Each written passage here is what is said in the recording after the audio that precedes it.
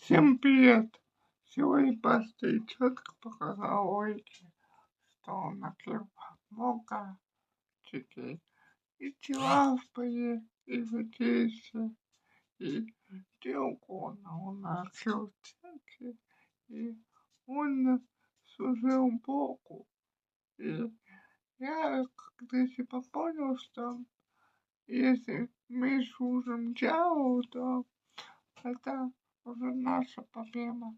И это очень плохо, если мы слушаем не Богу, а если мы слушаем дьяволу. Нам нужно помогать Божьим людям и проповедовать